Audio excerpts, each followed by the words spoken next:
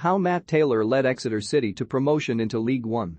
As footballers everywhere jet off to Spain, Dubai or Las Vegas for their summer holidays, Exeter City's coaching staff will be relaxing and reflecting in the slightly less extravagant surroundings of Butlins in Minehead.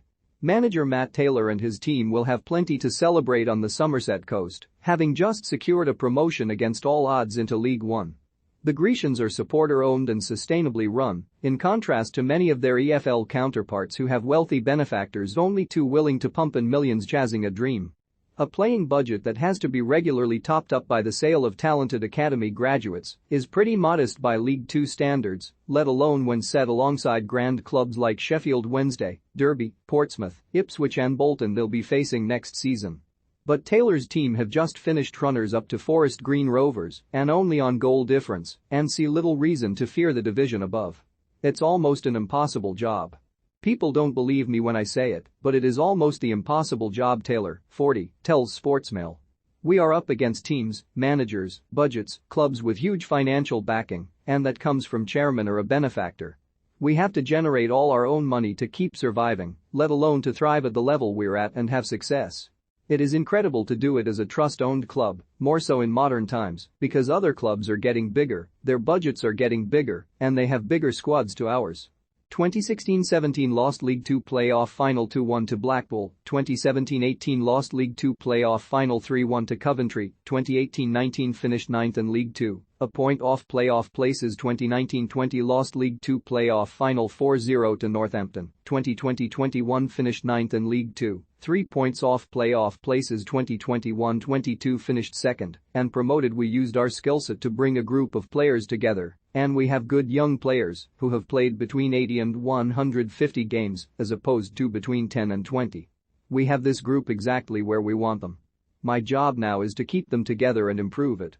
The Devon club had debts of £3.5 million and faced a winding-up petition when the Supporters Trust took over in 2003. They'd also just been relegated from the Football League, and it took them 5 years to get back again. In 2008-09, with Taylor playing at centre-half, they surged straight through League Two into League One. It was a simple job as a player for myself when we got promoted. Your exertions as a player are physical, and you don't have to overthink your game too much, he says. But as a manager, you get judged no matter what. Every weekend, on a daily basis, everyone has an opinion about football, and everyone believes their opinion is the right opinion. So you have to stay strong to your own beliefs and build another group of players capable of getting promoted out of this league. So it is more rewarding as a manager. Exeter managed 3 seasons there before tumbling back to the 4th tier, and the decade since has been littered with the most agonizing near misses. They lost playoff finals in 2017 to Blackpool, 2018 to Coventry and 2020 to Northampton. In 2019 and 2021 they missed out on the playoffs by a hair's breadth. This time they took the easier route. An outstanding run saw them lose just 3 times in the second half of the league season. With promotion already assured, the third of those, a 1-0 home loss to Port Vale last weekend, saw them finish 2nd instead of 1st. Part of Exeter's model to ensure they never suffer financial difficulties again was to develop a top-class academy, and player sales have raised close to £10 million for the club in recent years. The most high-profile example is the England striker Ollie Watkins, who has earned the club £4.5 million because of add-ons in his sale from Brentford to Aston Villa in 2020. That's not to mention the £1.8 million Exeter received when they sold him to the Bees in 2017.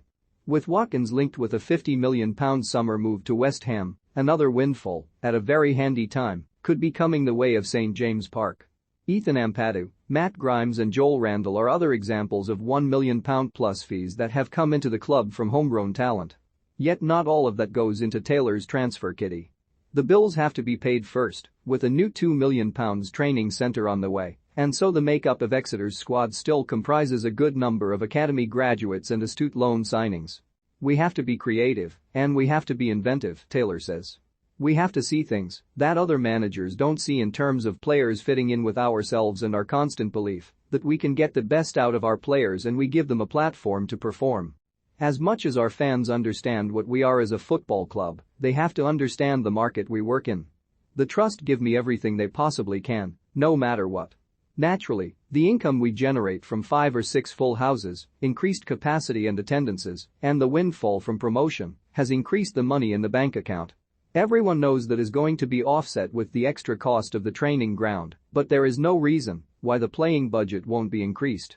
We have to be as realistic in League One as we were in League Two, so it is an understanding that whatever we spend, we have to get full value out of it. While Taylor preaches the need to gain stability in League One, judging how Exeter fare against higher-level opposition, he sees no point setting ceilings on their ambition. Ceilings are only things to stop you moving up, and they need to be destroyed out the way, he says. We understand what we are. We understand what we were in League Two, what we are going to be in League One. As manager, I have always spoken quite boldly of what I want to achieve at Exeter City. There is no point putting targets on it, we have just got to be the best version of ourselves. There's so much to look forward to, so I certainly don't want to be talking about ceilings on how far we can take this team. We are still young, still developing, and there's no reason why we can't dream big.